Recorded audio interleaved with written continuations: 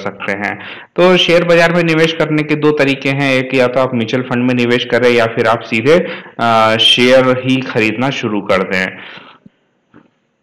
तो शेयर खरीदने के लिए आपको जो है एक डीमेट अकाउंट होना चाहिए और एक ट्रेडिंग अकाउंट होना चाहिए, और थोड़ा बहुत बाजार की जानकारी पता होना चाहिए कि कौन से शेयर खरीदना चाहिए, कब आपको शेयर बेचना चाहिए, कितने दिन होल्ड करना चाहिए, कितना स्टॉप लॉस होना चाहिए। तो ये सब फाइनेंशियल टर्म मैं आपको धीरे धीरे अपने आगे की सीरीज में बताता जाऊंगा।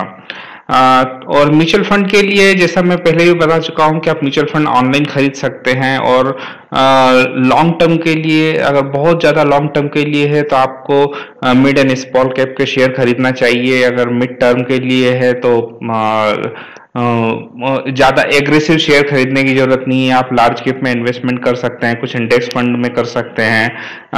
और अगर आप एफडी की जगह मार्केट में ही इन्वेस्ट करना चाहते हैं लेकिन रिस्क नहीं लेना चाहते हैं तो आप डेब्ट म्यूचुअल फंड्स में निवेश कर सकते हैं। लेकिन हाँ, ध्यान रखें, डेब्ट म्यूचुअल फंड और फिक्स्ड डिपॉजिट जो बैंक में होती है, दोनों का टैक्स ट्रीटमेंट एक जैसा है, दोनों का टैक्स एक जैसा ही कैलकुलेट होता है, तो उसमें बहुत ज़्यादा बेनिफिट नहीं है। हाँ, बस एक अंतर है कि अगर मार्केट डाउन जाता है, मतलब कि इक्विटी मार्केट मान लीजिए गिर जाता है, तो उस केस में मार्केट में आपको रेट जो है अच्छा मिलता है, लेकिन फिक्स्ड डिपॉजिट जो होता है वो एक कॉन्ट्रैक्ट होता है। तो कॉन्ट्रैक्ट जो है 5 साल का होता है बैंक के साथ में कि हाँ वो 8.5% इंटरेस्ट देंगे, तो वो 8.5% ही इंटरेस्ट मिलेगा। लेकिन डेट म्यूचुअल फंड में क्या होता है, अगर बीच में इंटरेस्ट रेट चेंज हो गया तो वही इंटरेस्ट रेट आपके ऊपर एप्लीकेबल होगा, हो सकता है वो 12% भी हो सकता है, वो 6% भी हो। तो वो मार्केट की वोलेटिलिटी पर निर्भर करता है। तो शेयर बाजार में निवेश शुरू करने के पहले आपको ये देखना पड़ेगा कि आपको कितना रुपया निवेश करना है। आपको व्यवस्थित निवेश करना होगा कि आप हर महीने एक डिसिप्लिन वे में निवेश करते रहें, या फिर आपको पता होना चाहिए कि अभी मार्केट में अच्छा है या कोई स्क्रिप्ट है जिसके अंदर मैनेजमेंट बदल रहा है, कोई कंपनी है जिसका मैनेजमेंट बदल रहा है, तो आप वो कंपनी के शेयर खरीदेंगे तो हो सकता है कि 1 साल बाद या 2 साल बाद उस कंपनी के शेयर बहुत अच्छे हो जाएंगे। जैसे कि मैं आपको एक उदाहरण देता हूं, आइशर मोटर्स।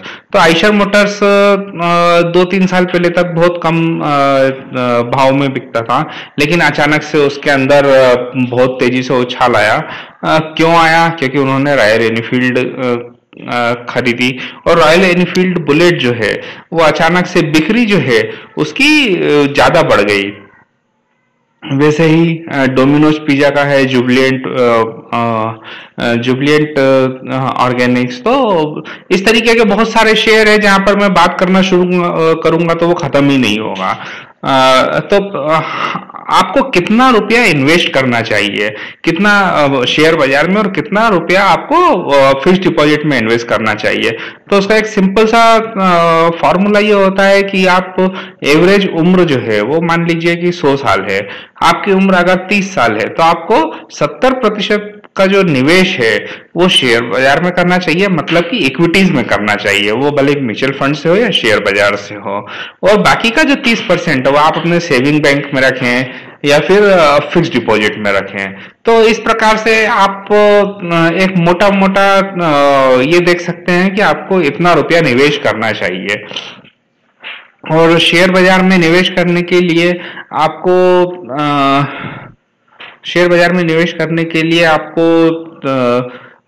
एक डीमेट अकाउंट होना चाहिए, जो आजकल कई जगह ओपन हो जाता है, बैंक में ओपन हो जाता है।